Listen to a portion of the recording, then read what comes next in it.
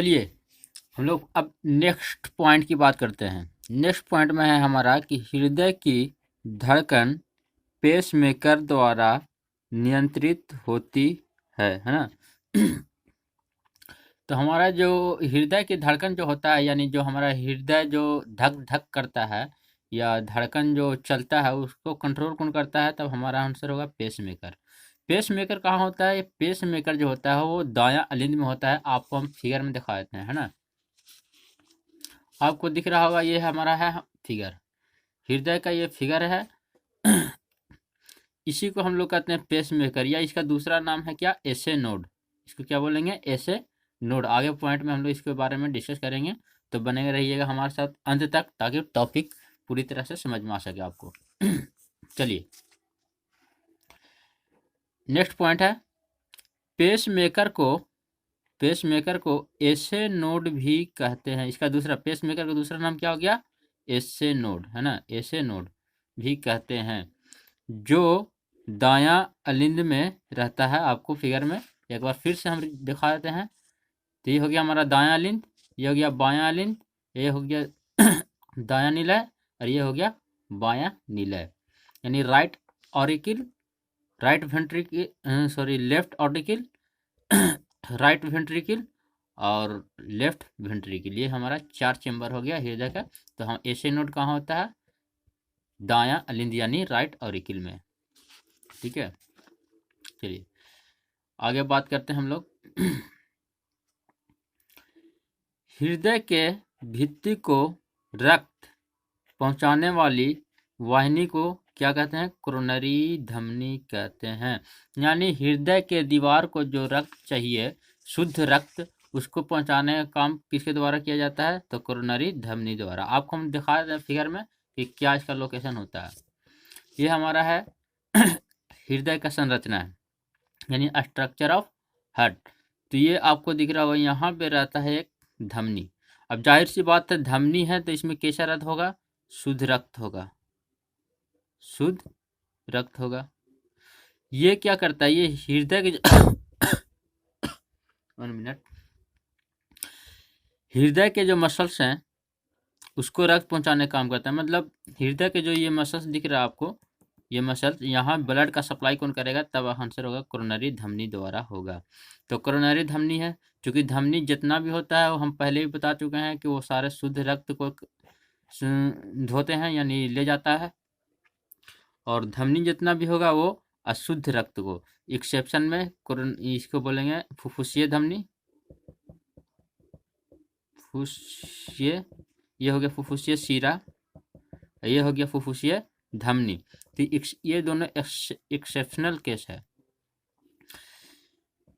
यह फुफ्फुसीय धमनी एक ऐसा धमनी है जिसमें अशुद्ध ब्लड बहता है, और फुफ्फुसीय शिरा भी एक ऐसा शिरा है जिसमें शुद्ध ब्लड बहता है। बाकी जितना भी शिरा होगा उसमें अशुद्ध ब्लड होगा, अशुद्ध ब्लड, लेकिन सिर्फ इसमें शुद्ध ब्लड होगा, है ना। चलिए आगे बात करते हैं हम लोग फिर नेक्स्ट पॉइंट की अगर बात करें तो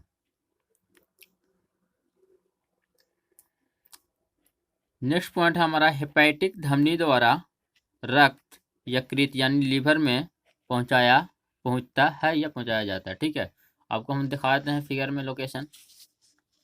ये हमारा हो गया लीवर, और ये हो गया हमारा हेपेटिक धमनी। इसको क्या है, क्या बोलेंगे? हेपेटिक धमनी। तो हेपेटिक धमनी द्वारा कहाँ पहुंचा? लीवर, यानी इसको बोलते हैं हिंदी में यकृत, यकृत में पहुंचता है। चलिए रेनल धमनी द्वारा रक्त वृक्क यानी किडनी में पहुंचता है। तो किडनी में किसके द्वारा पहुंचता है? बहुत दोनों पॉइंट जो है ये दोनों इंपॉर्टेंट है ना। ये एग्जाम पॉइंट ऑफ व्यू से बहुत ही इंपॉर्टेंट है। दोनों पॉइंट एग्जाम में पूछा जा चुका है, और इसको ध्यान में रखिएगा थोड़ा। तो क्वेश्चन इस तरह से राज होता है कि लीवर में कौन सा धमनी रक्त पहुंचाता है या ले जाता है? तो हमारा आंसर होगा हेपेटिक धमनी। और जब पूछा जाए आपको कि किडनी में किस धमनी द्वारा रक्त जाता है, तब आंसर होगा रेनल धमनी द्वारा। रेनल धमनी भी लोकेशन हम थोड़ा सा दिखाते हैं इसमें। ये रहा हमारा किडनी, यहाँ से आ रहा हमारा शुद्ध ब्लड, जो कि हम पिछले फिगर को हम डिटेल में समझा चुके हैं। अगर आप फिगर पिछला वीडियो ना देखे हों तो वीडियो को कवर कर लें ताकि आपको आसानी समझ में आ जाए। ये हो गया किडनी, और ये जो हमारा ये धमनी दिख रहा है, इस धमनी को हम लोग बोलेंगे रेनल धमनी, रेनल धमनी। ओके, चलिए आगे बात करते हैं हम लोग।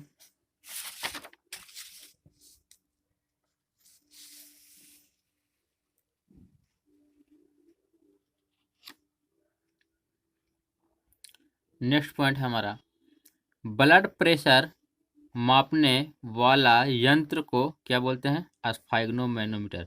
आप डॉक्टर को देखते होंगे जो आपके बाजू में बांध कर और ये पंपिंग करता है, उसी को बोलते हैं हम लोग स्फाइग्नोमैग्नोमीटर। जो आपको दो कॉलम लगा रहता है जिसमें पारा लगा रहता है और यह ब्लड प्रेशर जिससे नापा जाता है उसको बोलते हैं स्फाइग्नोमैनोमीटर।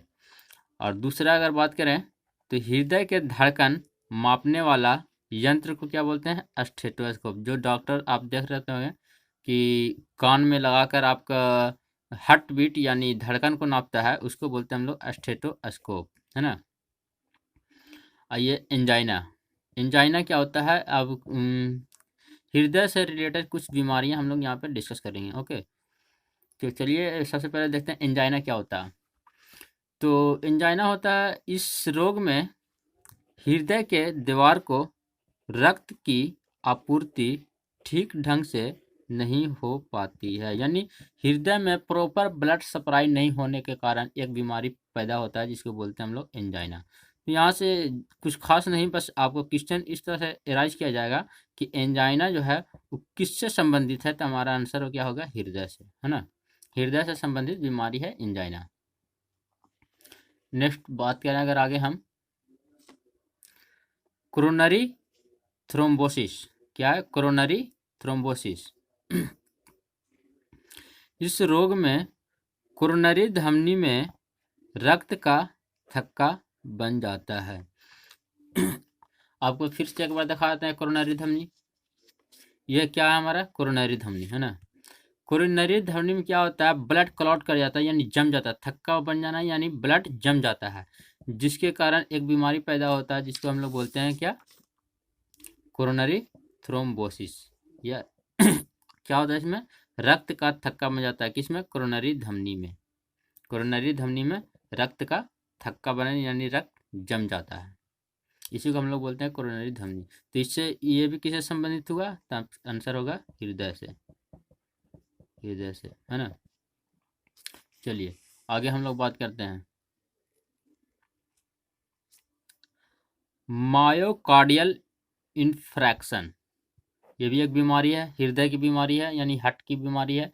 इसका दूसरा नाम हम लोग कहते हैं हार्ट अटैक। इसको दूसरा नाम क्या हो गया? Heart attack. चलिए इसमें क्या होता है? इसमें भी कुछ खास नहीं होता है, बस आप देख लीजिए। कोरोनरी धमनी, कोरोनरी धमनी में अवरोध, अवरोध मतलब ब्लड सप्लाई का विरोध होता है। कारण क्या होता है कि जैसे मान लिया जाए ये आपका कोरोनरी धमनी है, इसके अंदर क्या होता है? फैट का डिपोजिशन हो जाता है ना। फैट का डिपोजिशन यानी चर्बी जम जाता है इसमें। तो चर्बी जम जाने क्या होगा? तो जितना ब्लड जाना चाहिए उतना ब्लड नहीं जा पाता है। तो होता क्या है कि जितना ब्लड नहीं जाना चाहिए जितना यहाँ से तो ब्लड आ रहा है पूरा का पूरा, मगर यहाँ से इसको क्या हो रहा है? इसको जितना ब्लड आ रहा है उतना सप्लाई नहीं कर पा रहा है। तो सप्लाई नहीं हो तो क्या होगा? बैक प्रेशर क्रिएट करता है, बैक प्रेशर क्रिएट करता है, जिसकी वजह से क्या होता है? ब्लास्ट कर जाता है यानी फट जाता है। कभी कभी ये क्या हो जाता है? फट जाती है। और प्रॉपर ढंग से ब्लड को हार्ट को हार्ट को ब्लड सप्लाई हार्ट को ब्लड सप्लाई नहीं होता है। इसी को हम लोग बोलते हैं हार्ट अटैक। क्या बोलते हैं? Heart attack. यानी बैक प्रेशर मारेगा, ये फट जाएगा, इसी को बोलते हैं हार्ट अटैक। तो आइए हम लोग देखते हैं मायोकार्डियल इन्फ्रैक्शन क्या होता है। कोरोनरी धमनी में अवरोध होने से हृदय की पेशियों को जब पर्याप्त रक्त नहीं मिल पाता है तब हृदय की पेशियां क्षतिग्रस्त हो जाती है। क्या हो जाता है? क्षतिग्रस्त यानी फट जाती है या टूट जाती है। हो जाती है, जिसे हम लोग क्या कहते हैं, मायोकार्डियल इन्फ्रैक्शन कहते हैं। इसी को हम लोग कहते हैं, या फिर इसको हार्ट अटैक भी कहते हैं।